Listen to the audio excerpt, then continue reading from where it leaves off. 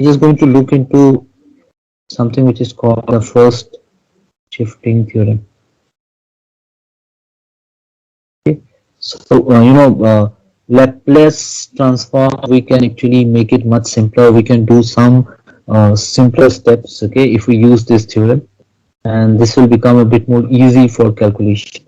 And the idea is very simple. If you let's say have a Laplace transform of ft, and this Laplace transform will be more or less written as fs. So this is the Laplace transform. So if I just do it this way, then L of Laplace transform of e to the power at and f of t would be nothing but f of s minus a. This is actually called the first shift theorem, and you can prove it very easily. Okay, you can prove it very easily. I'm not going into the proof. What happens is you're basically having an e to the power at with f of t, and we take the Laplace transform of that. In the Laplace transform equation, where you actually take the Laplace transform of ft, you just replace this s with s minus a. That's it. You get your answer. Okay. Well, let me just take one example, and then I think it'll be a bit more clear. So let's say I want to find out the Laplace transform of e to the power 2t sine of 3t. I already know what is the Laplace transform of sine of 3t. I'm just going to use that. Okay, just going to use Laplace transform of sine of 3t, and this is equal to 3. Remember this. Okay, you have to remember this. That's important. Divided by s square plus 9. Okay, so that's there. If it was cos, it would have been an s there. Okay, it's 3. This 3 comes in.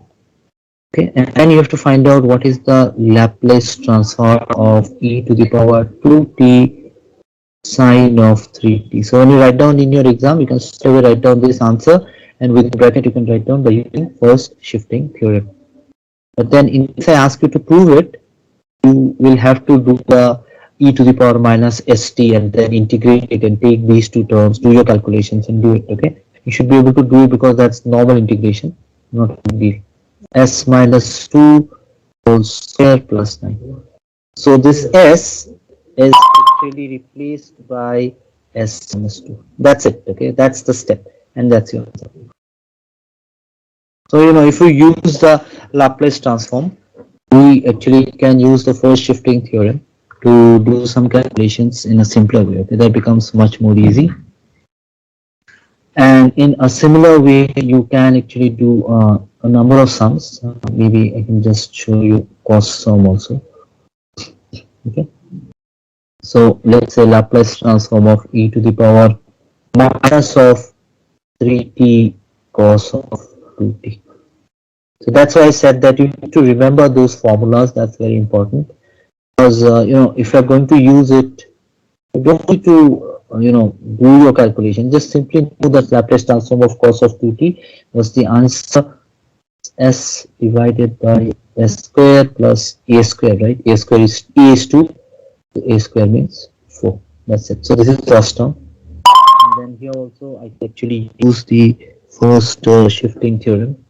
So I can just simply write it down as e to the power minus of 3t cos of 2t is equal to, so whatever is the replacement is in place of s. So where is s here? There is an s on the numerator, and it is s minus a. So s minus of 3, that means it will be s plus 3. Okay, and on this side it will be again s plus 3 whole square plus 4. Okay, you're going to get the same answer. Okay, you're going to get the same answer if you do it in this way also. You can try and do it. Maybe I will ask you in the exam, just do it without using shifting theorem. Okay, without using shifting theorem, if you want to do it, you can just do this integration. Just take it from 0 to infinity, e to the power minus of st, and then you can take e to the power minus 3t, and then cos of 2t. dt. Do it, you should be able to get this. You should be getting this one. Okay. Here you can take minus sign common. You can just write down s minus 3 and into t, and get the logic why is this. Okay, s minus. Eventually you'll get the s plus 3 term.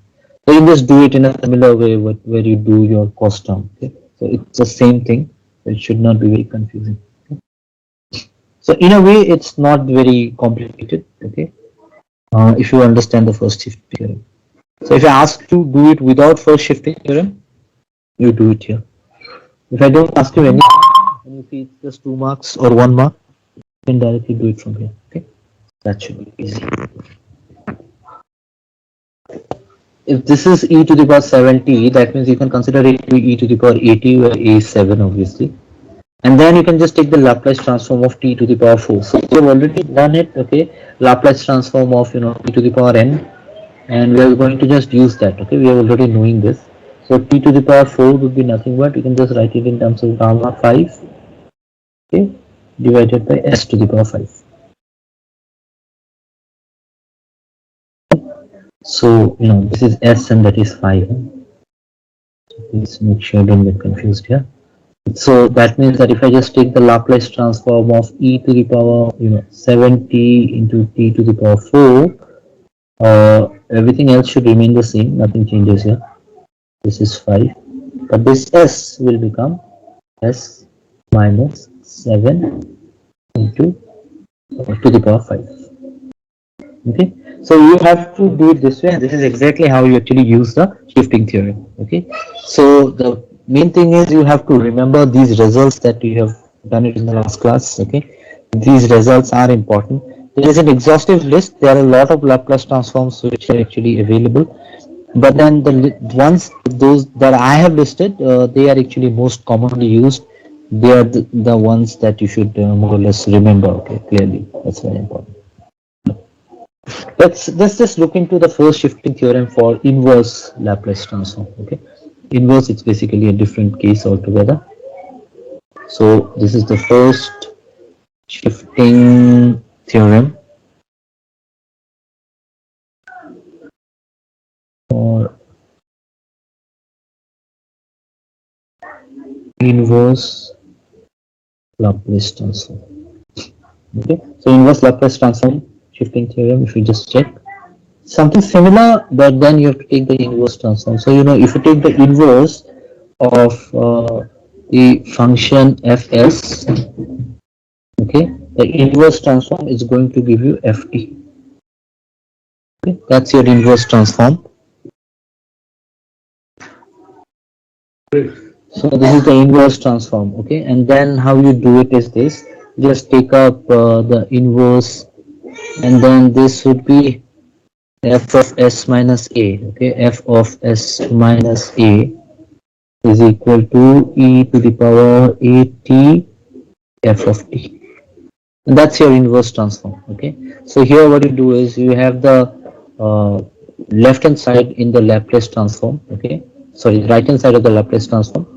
And there you actually have the term s minus a, and the right hand side will be e to the power at into the Fourier transform of that. Okay, we'll take an example, and I think it should be clear. In a way, you can also write it in this way. I think L inverse of f of s minus a is equal to e to the power at. And what is f of t? F of t is actually nothing but this term. So you can just write it down as L inverse of f of s. That's it. Okay, so we have it this way. So this is an inverse transform. And then let's take an example maybe for the inverse transform. So let's say I want to find out the inverse transform of, it's not mandatory that you will be always be given into this form. You have to think about it, and then actually can convert it into this form. 3 divided by s minus 2 whole square plus 9. Let's say I have this equation, and I want to take the inverse transform of this. So this 3 can be taken out. Okay, we can just take this out, right? And then we are just going to do the manipulations here as L inverse of 1 divided by, this is s minus 2 whole square plus 9. And if you just have a look here, you see that this is actually nothing but you can just take it out, okay? E 3, there is a minus 2 there, so I can just take it in terms of the exponential term. So s minus 2, there is only one s term here, so it is s minus 2. That means I can just write it down directly to be e to the power 2t. As soon as I write it down the exponential term, I take the 2 here, I can just get rid of this 2. I can just simply write it down as 1 divided by s square plus I. That's it. Okay. And s square plus 9, if you just write it down, you can just write it down in this way. 3 e to the power 2t. And if you remember, there is no s on top, only at the bottom. So that means this is a sine term. Okay. Just check your inverse transform. This would be sine of 3t divided by 3. Just cancel out this 3. And then your final answer is e to the power 2t sine of 3t. So what you have to do is you have to just do the adjustments in such a way so that you are able to use the shifting theorem. Many times the question would be given, but it won't be mentioned whether you need to use the force shifting theorem or not. So you can always take the longer way, but if you do the longer way, it's integration. You have got two terms which are actually recurring kind of terms. It will be very difficult for you to solve it. So I would suggest all of you to please make sure that you understand the first theorem, shifting theorem, and use it appropriately. That's very important. Okay. Maybe I can just do one more here. Okay. Let's take a cost term now. Okay. Let's consider a cost term. Let's take this example. L inverse of s plus 3 divided by s plus 3 whole square plus 4. I think straight away you understand this, that is s plus 3. In general, we are saying it's s minus. So that means whatever is the value of a should be minus of 3, right? Because it can be written as s minus of 3. So this particular term, okay, it can be written as s minus of 3. That means my a is minus 3, right? I'll just use that result. Okay? So that means if I just write down directly e to the power minus 3t, I can get rid of the 3 here and the 3 here, whatever is there with s, right? So L inverse of s divided by s square plus 4. And this is nothing but the Laplace transform of cos, right?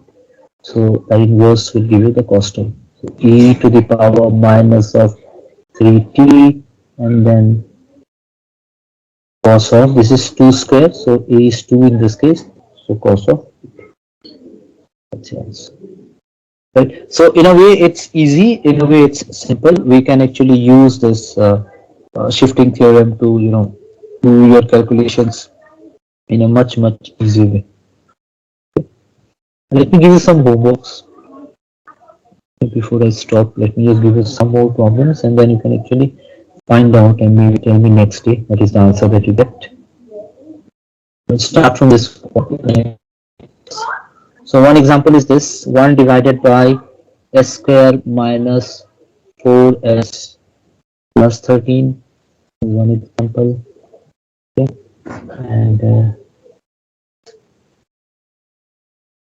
okay, what else can I give you? Check if I have some. Okay, this will be interesting. Find both these answers are different. This is s divided by s square minus 4s plus 13. Okay, we can do it in this way. And I tell you to use shifting theorem. Both of these problems you have to solve using the shifting theorem. Okay, so use. You can do it even without the shifting theorem. Okay, use first shifting theorem. And you can do it even without using the shifting theorem. Okay, if you want to do it, you can do it without the shifting theorem also. Try without theorem and check if you get the same answer. Okay, check if you get the same answer using the first theorem, shifting theorem, and without using the post shifting theorem.